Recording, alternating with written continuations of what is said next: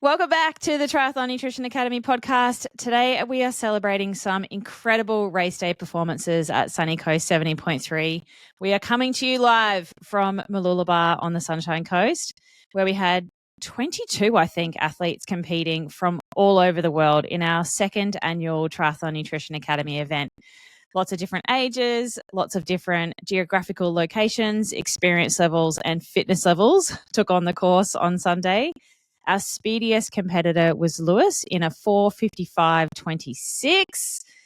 And the person that got their money's worth was Matthew, who did a 7 hours, 25 minutes, 45 seconds. And he used this race as his first training session for the season. Team TNA came second. Woo! And next year for our annual event, we'll be taking on Cairns with a 70.3 and a full distance option. And our 2027 event will be in Santa Cruz, California. So if you want to come and join our TNA family and have a good time with us and get lots of high fives out on course, then you need to come and join us in our final cohort for 2025 by going to dietitianapproved.com/academy. I have two very special athletes joining me today, Kelly Estes and Kathleen Jilchin, both from Idaho in the USA. And before you ask, no, they're not together. They just traveled together and they just happen to live in the same state. Kelly is 65 years young. He's the leanest and fastest he's ever been.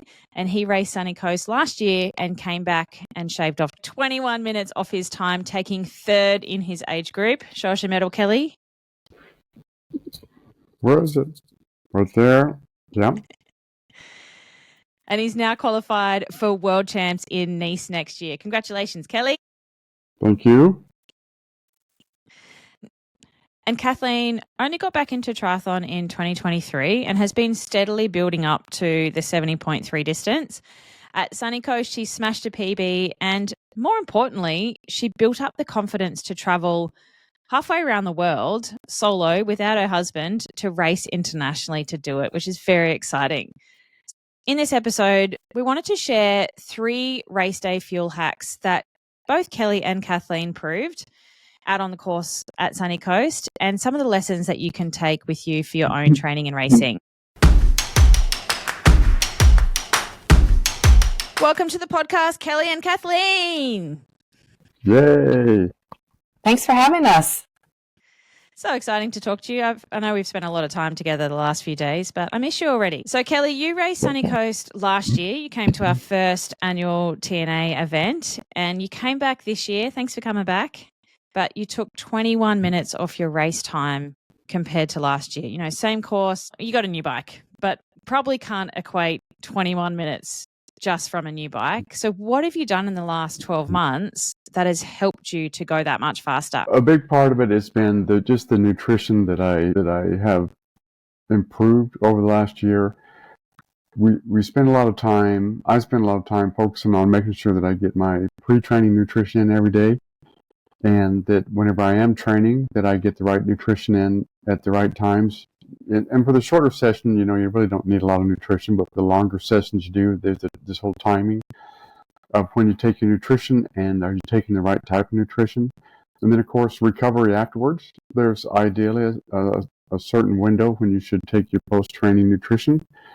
And then throughout the day, just making sure I'm getting the right amount of energy intake, nutrition intake, so that I'm fueled for future training sessions. And for me, my baseline nutritional needs is about 2,500 calories a day. But with my training, I have another 1,000 calories a day in nutritional needs. I'm between 3,500 and 4,000 calories a day on average that I need. And that seems like a lot, but that's what I need. And as you mentioned earlier, I'm the leanest and fastest I've ever been. So even at 3,500 to 4,000 calories a day, I'm still lean and fast and getting faster over time. And I mean, that's just what the program has taught me is to making sure I've got the right nutrition, paying attention to that I'm taking the nutrition at the right times. And the results are undeniable. Yeah, you are eating more than you ever have before. You're hungry and your metabolism is just on fire. Like we're stoking the fire and it's just getting warm and it's burning a lot of calories. Like that's a lot of calories, which a lot of people would be like, holy crap, I've been trying to lose weight and I'm eating 1,200 calories. So that seems like a lot of food. Yeah, But it what has is. been the change and what has happened for you to actually be the leanest you've ever been, but also the fastest at 65? One of the things that Triathlon Nutrition Academies really helped us with is in addition to just teaching us when to eat and what to eat, there's also this healthy lifestyle challenge that I've participated in. And that really helps us understand what kinds of foods to eat, fruits and vegetables, how many serves of fruits and vegetables you should have in a day, how much hydration you should be taking in each day, as well as things to avoid. What kinds of foods should you avoid? And then there's the recovery component, how much sleep you should have each day. And so the Healthy Lifestyle Challenge gives you these parameters to shoot for each day. And if you follow those things, which, most people really don't just all of a sudden one day you just start doing this stuff and you're 100% compliant and, it works for you. It's one of those things to where you start doing it and over time you get better and better. And the Healthy Lifestyle Challenge for us has been on the intervals of like a month or two each time we do it. And I think I've done it 3 times now. And so each time I do it, I just embrace the different things. I embrace it in a way that it becomes more habit forming. And so now that I've gone through the Healthy Lifestyle Challenge 3 times, I just keep doing it every day as if it's just part of my routine. So I try to get in the number of serves of fruits and vegetables that's recommended for me. I make sure I hydrate properly. I try to get the right amount of sleep each night. I try to avoid the bad foods that it tells us about. And so now it's just become a habit forming. So that whether I'm at home or I'm traveling, I know what to look for and how to optimize my nutrition intake, along with all the other things the Triathlon Nutrition Academy taught us about when to take your nutrition, how to optimize it for training and racing, that I'm lean, I'm fast, I keep getting fast, I feel good, I'm not injured, and I train 6 days a week. So I'm retired, right, and I train 6 days a week. I have the time to do that, and a lot of people don't. But the training program, the nutrition, have got me very healthy and full of energy and feeling good all the time. And so an example of a couple of data points for how's this paid off. When I retired in January 2022, and that's when I started my triathlon training, I went from that point to a full Ironman distance 18 months later. So 18 months after retirement, I did a full Ironman. Now, it wasn't necessarily easy. I didn't set any records, but I finished it. I felt good. I wasn't hurt. The next day, I didn't have any problems. I mean, the typical soreness stuff you have, but I recovered just fine, and things were good. I kept on doing my training, and now here I am 2 years after that, 2 years after the Ironman. Here I am at Sunshine Coast, 70.3 in Mooloolaba, Australia, and I just took 3rd place in my age group with a time of 5 hours and 29 minutes. That's fast. I think when I did my very first 70.3, which was Indian Wells, I was over 7 hours. I don't remember what my time was. It was over 7 hours. And at that time, there was another guy that took our age group. He did it in like 5.5 hours. And I was thinking, holy cow, that guy must be amazing. I'll never be there. But here I am. 5 hours and 29 minutes. And it's not just the Speed training. demon. It's the nutrition. Yeah. So it's all come together very nicely. Your nutrition has changed a lot since I met you. You posted something in our Facebook group of your pre-training and your recovery nutrition right in the early days, and it was all packaged foods. Do you remember? And you look back to that now and think, man, what was I doing compared to what you're eating now? And it is just a habit building thing that you stack those habits over time. But it's obviously working because, you are your leanest, you are your fastest, you know how to eat, you're in a completely different country and you still know how to adapt and manage your nutrition plan in Australia compared to the US. Yeah, big difference in my eating habits. A lot more whole foods, a lot more fruits and vegetables. And it's not, I'm not miserable doing it. I mean, they're foods that I want to eat, I enjoy eating. And this hasn't been a struggle where I have to be ultra disciplined. or I'm miserable, or I'm hungry all the time, that I'm eating stuff like I'm eating bland food, and I'm thinking, God, how long is this going to go on? And it's not like that. I really enjoy what I'm doing. I want to eat those healthy foods. I can see how it's helping me. And there's so many food options these days that you can find lots of things that you can make very flavorful food, healthy food. That's really nice. Yeah, really nice. Using the recipe database is good for that. It's kind of the basis of the recipe database. Is it's whole food, it's real food, but it's designed for active people in food that's not too long to make. Like most recipes are kind of quick and easy, as well as full of flavor, because that's the way I like to eat. I don't want to eat boring rabbit food either. Yeah. So you're a numbers tracker. Like there's lots of spreadsheets going on. Kelly's our spreadsheet master. You know how many calories you have on a daily basis. What about your carbohydrate availability and periodizing that to training? Like how much carbohydrate are we talking you eat on a maybe light day versus like a big training day?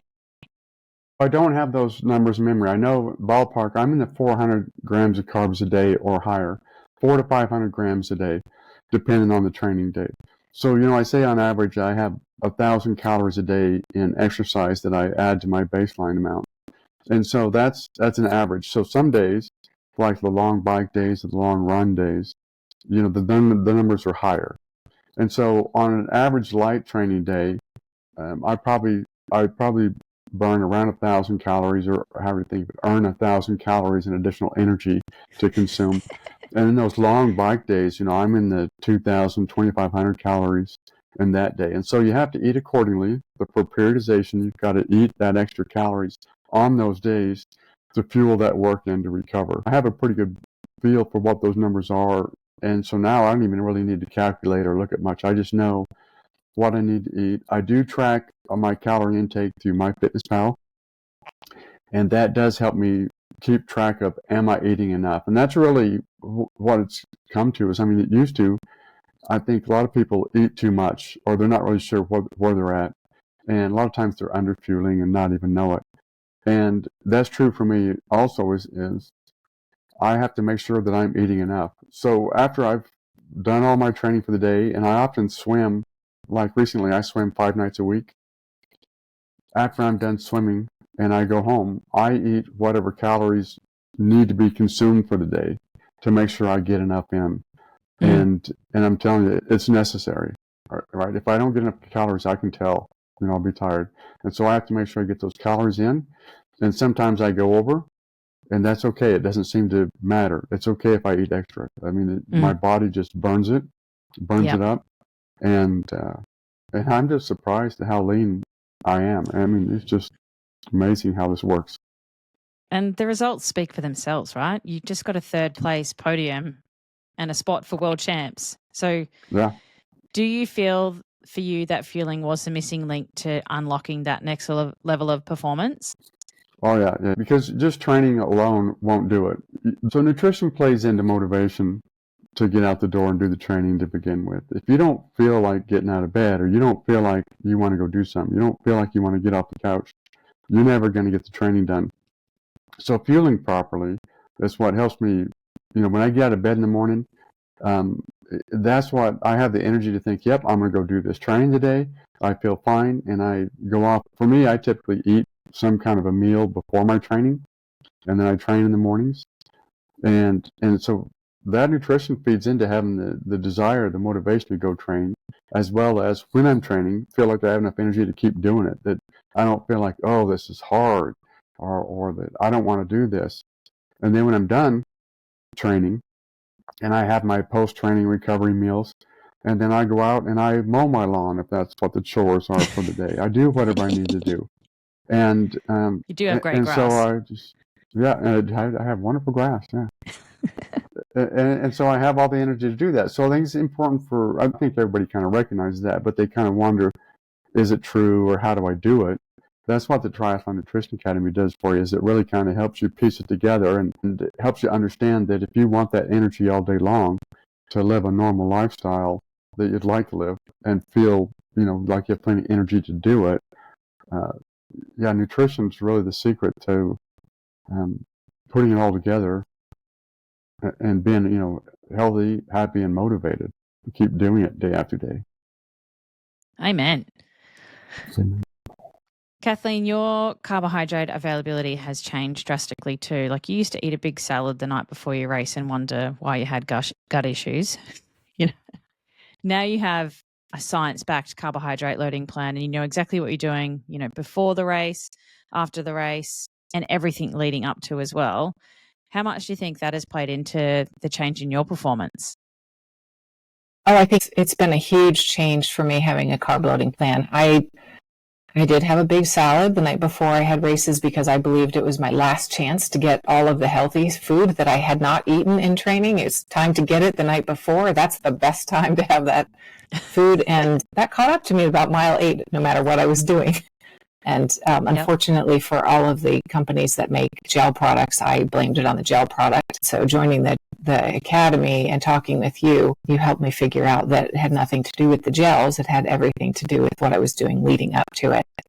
So one of the really great things about the academy is you do teach us how to carb load, and it's not just the stereotypical bowl of spaghetti the night before. And I am a little different than Kelly. I'm more of a 2 steps forward, 1 step back kind of person. I have to learn the hard way at times. But my last 2 races, actually the one before this one, I was doing it out of town. I pre-measured everything with a scale in advance, had it in little Tupperware containers so that as we were on the road, I looked at my watch, I said it's noon, reached for the cooler, got out the fried rice recipe from the recipe database. That was my lunch. I knew I had the right amount. I knew I had the right amount of protein, fiber, carbs, all that kind of stuff. And I carried that through for the day and a half because it was an Olympic distance up to race morning, where I had actually, for the first time, pre-measured out my pre-race meal. And I'm someone who has peanut butter and honey on a bagel. And you had pointed out to me that I had to have a lot of honey. And I thought, well, it can't be too much honey. Well, that was my first time of realizing that was a lot of honey that I was putting in. I thought, I'm done with honey for a few days. When race morning comes, I'm energized. I don't have any issues before or after or during the race. I took 10 minutes off an Olympic distance time 6 weeks ago. And with this race, I took another 10 minutes off, and this was a much more challenging course than my previous 70.3. So that was super exciting. Yay! But yes, there was an interesting element of traveling internationally when I had made my plan based on foods in the United States. So when we arrived here in Mooloolaba on Tuesday, Kelly was insistent that we're all going to the grocery store so we can start getting food for our apartments. And as I was going through the grocery store and picking up bagels and picking up different things, I grabbed what I thought I needed. And then over the next few days, as I was looking at the foods, I realized the ingredients were a little bit different, and the carb levels were different, and the fiber levels were different. And so what I was really excited about was on the day before the race, I realized I could just go to my carb loading plan, and I swapped out the foods that I had on it with what I was actually eating. So by the end of the day, I was calculating, okay, do I still have room for this amount of spaghetti? And did I still allow room for my Mars bars, which yes, I did. So they're pretty good, aren't they? Yes. Yes. So, I mean, I had absolutely no idea that carb loading was as complex of an equation to get it right so that you feel the best that you can on race day. And that's something definitely grateful for having learned in the academy. How exciting is it to go shopping in a different country and still be able to put a carb loading plan together because you just sub out what's in our carb loading spreadsheet for the stuff that's in here? It's so good. Makes it so easy. Now, you had a 17-year break from triathlon. Like you did it one summer and then realized that you loved it, but life was a different kind of era then. Little kids, husband working away, all those sorts of things. So you came back in 2023 when it's now your era. Can you share what it was like returning to the sport and then building up to a 70.3 distance? Because you first started in the academy before you'd even done a race, I think, and you dabbled in the short stuff and then Now you've just become this 70.3 weapon. Yes. Well, I actually was inspired to do triathlon again because your podcast showed up in my ears one day. I was starting to research nutrition and sports because I was at the time only running.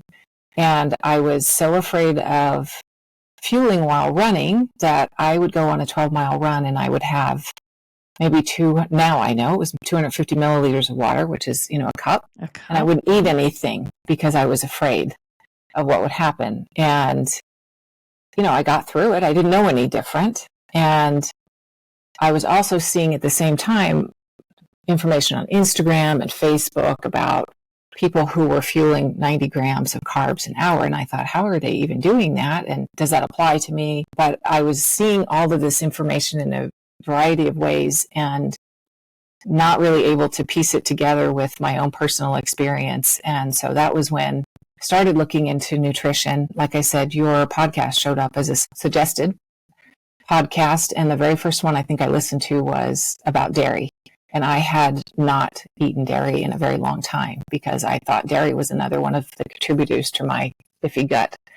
And listening to that and you explaining, the science behind dairy and what dairy offers you, and also being respectful of the fact that people make different choices about dairy, but how I could incorporate dairy again, maybe with the lactose-free version. Maybe that might be a way for me to step into the dairy world rather than oat milk, which really didn't have any redeeming qualities, I'm sorry to say. Yeah, just water, oats, and some gum, I think. Sugar. Yes. So anyway, that was listening to you. I kind of caught the bug again. So I signed up for a sprint and Olympic. And I thought to myself, are you going to be able to figure out this nutrition stuff? I realized I was not going to be able to figure out the nutrition on my own. And I just wanted to sign up for this academy. And I loved the perspective that you had of its full approach to teaching you the hows and the whys and the whats so that it's personal to me. And it follows science-based practices, and the way you present it was easy for me to comprehend, and the ability of me to show up at Power Hour and hear and have the opportunity for questions, that was really important. But anyway, basically I started off with the sprint, and I remember after my first month of training, I was on a run and I had a little mini meltdown because I was so exhausted by trying to figure out what pools I could swim at, what times were the pools open, what gear did I need to put on the bike. I didn't ever actually drink any water or eat on a bike before, but everything was just felt really hard. Mm-hmm. And the nice thing was I was starting to learn about the nutrition, so that was taking that hardness out of it. And I just had to kind of tell myself, anything worthwhile is going to be hard. You just need to get through this. So I did my first sprint and placed first in my age group. It was a local sprint. And I was like, okay. I had a tri-suit. I was legit. And I decided that, okay, we're going to keep going. And I had already signed up for an Olympic. And that was actually where I met Kelly in person. And brother and sister. Those were the only, brother and sister. And those were the only two races I had signed up for. And I pretty much assumed Olympic was going to be the limit of my capabilities, because I really, even though I was learning nutrition and I was learning to trust my gut, I just didn't believe it was really possible for me to do something that was going to take me 6.5 hours. And over the next few months, as I continued to train, I continued to work on my nutrition. I had a friend who signed up for 70.3, and it started to go in the back of my mind, maybe I could do this, maybe I could do this. Yeah. And I did it. So I signed up for the Coeur d'Alene 70.3 last June. That was my first one. I signed up for Indian Wells in December. And right around then was when you started talking about people coming back to do Sunny Coast here. And I thought a lot about it. And I thought, I've had 2 good races for 70.3s. I still had progress to make, but I didn't have gut issues. And the other 6 races that I had done in the meantime. I had no gut issues. And so I realized, you know what, this is a big deal to go across the world, do a race, because typically everything had to be dialed for me to feel comfortable that I was going to be able to succeed. And thanks to the confidence that I've built with my nutrition, the friends I've made along the way, my training, and my husband's encouragement, it was like, okay, I'm going to do this. So here I am. And my goal was really just to finish happy, and knowing that the course was going to be harder. I was swimming in an ocean, which I hadn't done before. You know, I didn't have expectations for time. And so at the end of the day, when it was 10 or 11 minutes faster than before, and I was pretty psyched. And the best part was, not only was my swim leg stellar, it was the only one I beat Kelly Estes on. Claim it forever. But it was only, I think, 2 minutes, so it wasn't a big gap. Hey, a win's a win, Kelly. 2 minutes. 2 minutes on the shortest part of the course, Kelly Estes. Yeah. Yes. Let me have some. Calm down. What I love about you, though, Kathleen, is that like not only was it a PB on a tough course in the heat, it was amazing. It was the first time that you've raced overseas without your husband here for support and, you know, the backup bike mechanic. The bike mechanic, not the backup bike mechanic. Well, the bike mechanic. You know, how much should having your nutrition dialed in give you the confidence to be able to do that, to take the leap and race internationally? Having my nutrition dialed in made this possible, 100%. Because going to another country where you're not sure what the foods are, and you know, is just a huge question mark. And I will say, I was fairly confident from you know, all that we've learned about you and learned about other people in our academy, that I would have support and guidance if I needed it on the trip as a whole. But you know, the nutrition is the one thing that is going to carry you from the beginning to the end. It's not my wetsuit. It's not my bike. I mean, if I'm running out of gas at, you know, 3 miles into the run, it would have been a miserable experience. So knowing that I've done this twice and that every time I get better, and so long as I stick to plans and I don't do the 2 steps forward and 1 step back situation, I knew that wasn't going to be an issue that would hold me back. So it was hugely, hugely impactful in my making this decision. That's amazing. You both travelled internationally for this race, and with that obviously comes so much more logistics compared to racing at home. You've got to organise all your flights and itinerary, you've got to pack your bike up, transport it, hope nothing breaks, and then put it together on the other side of the world. You potentially have to battle with jet lag if you haven't done our masterclass on beating the jet lag, and just so much more goes into that when you are travelling for an event. One of the biggest things that we worked on before you came was practicing your race nutrition fueling routine, like inside and out, so that nothing was left to chance. How did that play out for both of you when it came to race day? Kelly? Well, for me, I think this has been one of the best races I've had in terms of just the feeling I've had out on course for the nutrition intake. There is a lot that goes into, you know, making sure you have the right food. For me, I brought a few gels with me, and then of course I bought everything else I needed here, especially for my carb loading.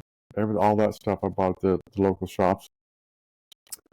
But while I was out on course, and it's something I really paid attention to this time, because you really worry about how you're going to feel if you're taking in nutrition at some certain carbs per hour, right? I have my targets that I'm shooting for on the bike and on the run. And as I was going through the bike, I got probably halfway through the bike, and I was just thinking, you know, I really feel pretty good. I have no discomfort, no bloating, no any kind of real problems at all. And then the same on the run. You're through the run, of course, by the time you get to the run, you've already had, for me, I've had it on the bike, you know, 2 hours, 45 minutes of nutritional intake and hydration. And then you start the run, and the run, I can't take in the same carbs amount per hour. So you adjust it, right? You have some target amount you adjust it to based on training and experience. And as I get through halfway through the run, I'm feeling really, really good. And it's like, I just can't believe how well I feel. The entire race just came down to willpower. How fast can I make myself go? That I felt good, and the energy levels were there, no discomfort whatsoever. And so it was just a matter of how fast can I, shut up legs, let's go. It was just how fast can you make yourself go? And that's just come from all the stuff that I've learned from Triathlon Nutrition Academy and the experience and training where you line those up. One of the things I like to talk about before I joined Triathlon Nutrition Academy is whenever you're out there training and racing and you're trying to figure out how to optimize your performance, it's a lot of trial and error. You don't know. You take a lot of stuff, you try it.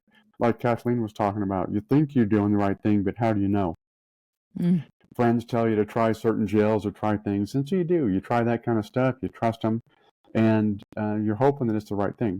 The Triathlon Nutrition Academy takes away the trial and error and moves it more into what I refer to as a process improvement type approach, where you're thinking about, you have a plan, you do it, then you figure out if it's working well for you, and then you make adjustments, and you just keep repeating that process over time to where you get to a performance like I had yesterday, where I'm just amazed at how good I feel, that I have plenty of energy, that I'm able to consume my nutritional targets at the times that I need to. And so that it just comes down to, come on, body, just let's do this. Let's just, how can I mentally make myself go as fast as possible?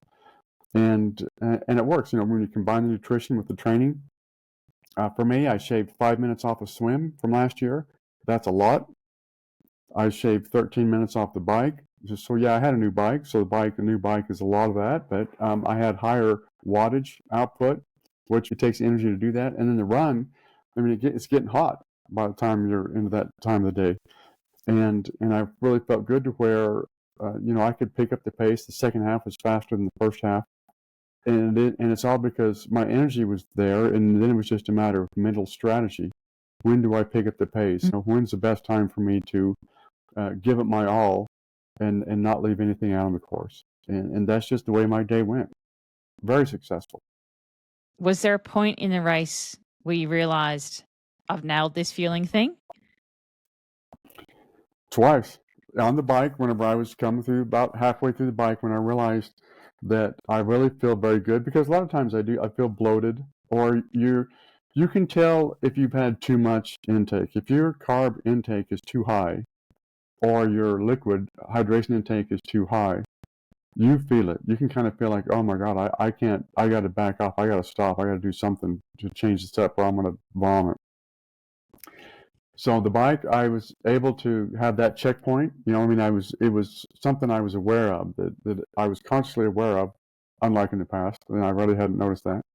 And then on the run, and I was about halfway through the run, it was the same way. It was like, man, my nutritional intake is right on target. I don't feel like I'm underfueling or overfueling.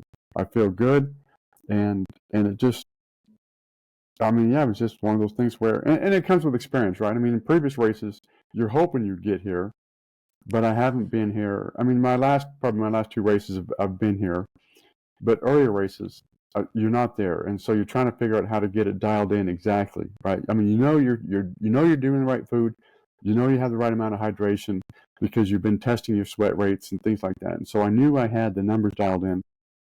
So I was really just fine tuning all this at this point. I'm just fine tuning the intake, and yesterday's race performance was optimum. It is dialed in, unlike anything I could have imagined. I'm just really so impressed with how all this works. It's a science. I love it. Data sheets, data spreadsheets and stuff. You are a data junkie, but we love that about you. You guys really nailed your logistics. I'm so proud of you. Everything you did to get here in one piece, bikes back together perfectly. I reckon Kathleen's going to be doing way more solo trips after this because she's had the experience and it's come off. Now, the third thing that I think you guys both proved at Sunny Coast is how important recovery nutrition is. And Kathleen, in particular, like one of your key differences that I've noticed and you've told me about is just how much better you recover now. Can you talk me through what you were doing for recovery nutrition before versus what it looks like now? Yes. Before, when I had a long run, say 12-mile run, where I had drank next to nothing and had no fuel, I'd arrive back home with my friend who I ran with. We would go line up at the nice coffee machine, make coffee, sit down and talk for another 2 hours. And that was our recovery meal. And I had zero idea that there was such a thing as recovery. I remember seeing a canister of something in the store that was like Power Bar recovery fuel or something. And I remember saying to my husband, what is that? Why would you have fuel after you're done? I don't get it. You're done. Why do you need to think about what comes next? It's over. You did the hard part. And so the very first module in the academy is recovery. And I remember I looked at that and I thought again, why is this the first one? It seems like we would have like something more about fruits and veggies first. That's what I expected. And instead it was recovery. And my eyes were like totally opened watching that masterclass, realizing that there's an actual science behind what you eat, when you eat, based on you specifically, and what are the elements of it need to be. And you had us all create 3 recovery meals, and you said, just put them up on your fridge so that they kind of become plug and play for you. And so I now have sort of standard recovery meals that I know are going to work. And I come home, I get out my scale, I measure my Greek yogurt, maybe it's strawberries, a little bit of granola, but it's all down to the grams because it's done, calculated on the refrigerator. And the other piece of recovery that I was also really remiss about was my hydration. I had clearly dehydrated myself in my workout, and other than the cup of coffee, didn't even really think about hydration being part of the recovery process. And so I now have learned to, number one, drink a lot more water when I get home. But if I have occasions where I'm somewhere where I can't, or I just get distracted, which is easy to do, later in the day, I can start to recognize how I feel and go, you know what is wrong that's happening right now? And I go back and I think, what did I eat and what have I drank? And it just helps me troubleshoot and get the right things in me so that I can get out and train the next day. I'm like Kelly, I train 6 days a week, not quite as hard as Kelly. 6 days a week as a master's athlete, you need to make sure that you are preparing yourself for your next session, not just celebrating the one you just finished. Yeah, it's so important. Kelly, for you, being the leanest that you've ever been, being the fastest that you've ever been, how important is recovery nutrition for you in helping you train consistently and then bounce back? Yeah, very important because, before I joined the academy, I used to come back from training and I didn't eat or drink anything. I actually would come back and take a nap. Have a nap. Yeah, then I would get up and I would probably be hungry, so I would eat something and kind of go on with the rest of my day. And I learned how unproductive, unhelpful that was in the academy. So now, whenever I come back, you have a certain window that you need to take your nutritional intake. I do that. I have targets for carb and protein intake, and I do that every day. And it just sets me up for better performance. No need for naps, and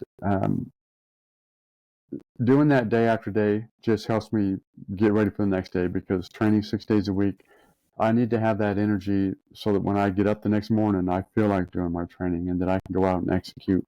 And so having the recovery, having an understanding of how to do recovery, what it looks like and when I should be doing it, has made all the difference in the world for success. I mean, there's all different aspects of getting ready for training, executing your training, and recovery, and they're all equally important, that you have to do them all. If you do them all well, you have a very efficient, well-running machine.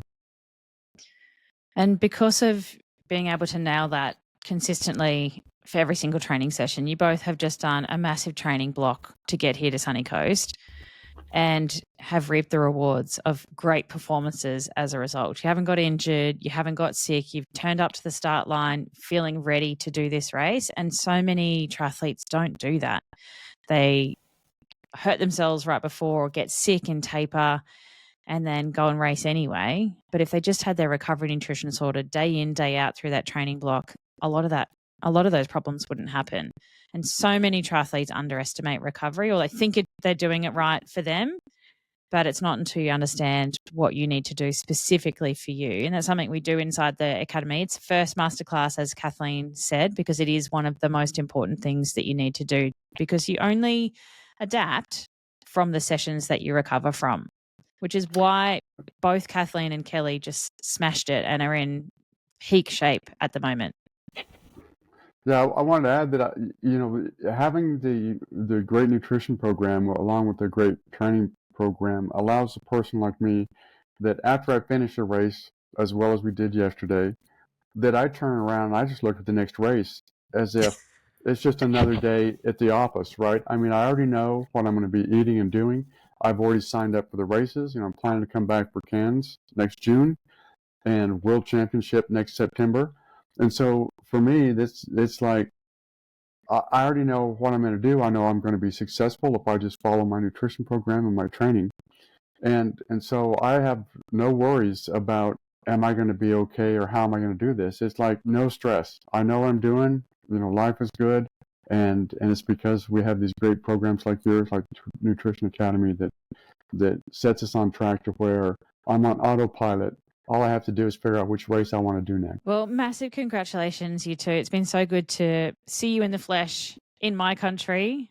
But both Kelly and Kathleen are proof that when you get your nutrition right, the results can be life-changing, whether that's qualifying for world champs at 65 or traveling overseas solo with the confidence to race at your best and pull a PB off in the process.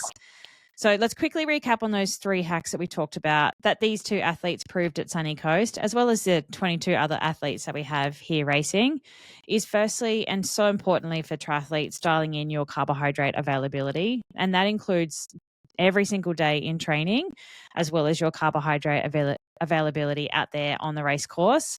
Number 2 is nailing your race day routine and all of the logistics that go with that, because it's not just this one day, it's everything that goes into the preparation for it. And that preparation starts months in advance. And the longer distance you race, the longer your preparation should be. Now, Kelly's been preparing for this race since last year's. So Kelly hasn't even raced since our Sunny Coast event last year. He spent 12 months preparing to smash this event this year.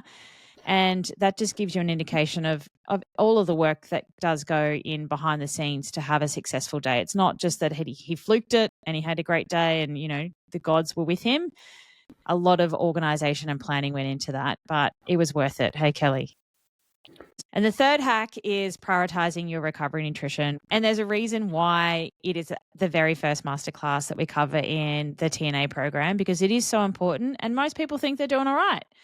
And the majority of athletes are still not quite nailing their recovery nutrition, but it's going to help you train consistently, not get sick, not get injured, and arrive potentially internationally to a race feeling fresh and ready to go. So these just aren't hacks. They are actually strategies that we teach inside the Triathlon Nutrition Academy program. And if you want to learn how to apply them to your own training and racing, then doors are opening soon for our final cohort of 2025. Make sure you have your name on the list. Head to dietitianapproved.com/academy. Register your interest in this final cohort and come and join us. And then you can join us in Cairns 2026. And maybe you'll be on the podcast sharing about how awesome your race performance was. No pressure though, no pressure. But this is your chance to actually feel smarter so you can train harder and race stronger, just like Kelly and Kathleen have shown. That's it for me. I'm going to crawl into a big dark hole now and sleep for the next week, I think, to recover from such an epic weekend. But show us your medals, guys. Yee! So exciting. Thank you so much for joining me. I'll see everyone next week.